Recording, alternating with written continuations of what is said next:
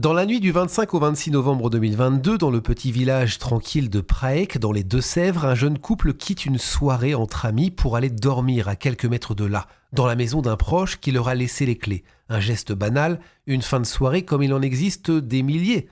Sauf que personne ne le sait encore, mais c'est la dernière fois que Leslie Hurlbeck et Kevin Trompa seront vus vivants.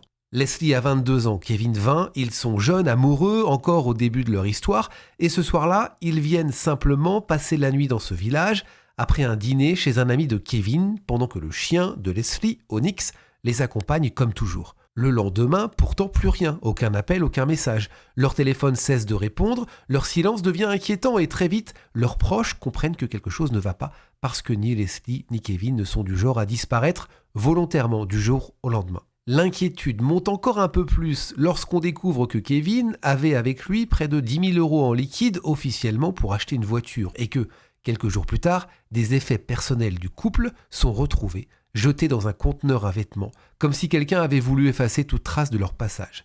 Alors les familles se mobilisent, des battues sont organisées, leurs visages circulent partout, mais pendant des semaines, il n'y a rien. Puis, fin février 2023, l'enquête bascule brutalement. Le premier à être arrêté, c'est Tom Trouillet, l'ami même qui leur avait prêté sa maison pour dormir cette nuit-là. Et à partir de ce moment, tout s'enchaîne, d'autres arrestations suivent, et les enquêteurs comprennent peu à peu que Leslie et Kevin ne sont pas tombés sur un inconnu, ni sur un rôdeur, mais dans un piège préparé par leur propre entourage. Le scénario qui émerge est glaçant, un guet-apens, monté à l'avance, avec plusieurs complices, des armes, une voiture, prête à transporter les corps, et derrière tout ça un mélange explosif de jalousie, de dette et de trafic de drogue. Dans la maison où ils pensaient passer la nuit, Leslie et Kevin auraient été attaqués dans leur sommeil, frappés avec une violence extrême, puis chargés dans un coffre de voiture, alors qu'au moins l'un des deux respirait encore.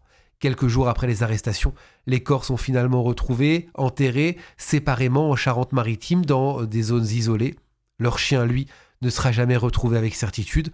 Aujourd'hui encore, cette affaire laisse une impression glaçante parce qu'au fond, Leslie et Kevin n'ont pas été victimes du hasard. Ils ont été trahis par des gens qu'ils considéraient comme des amis.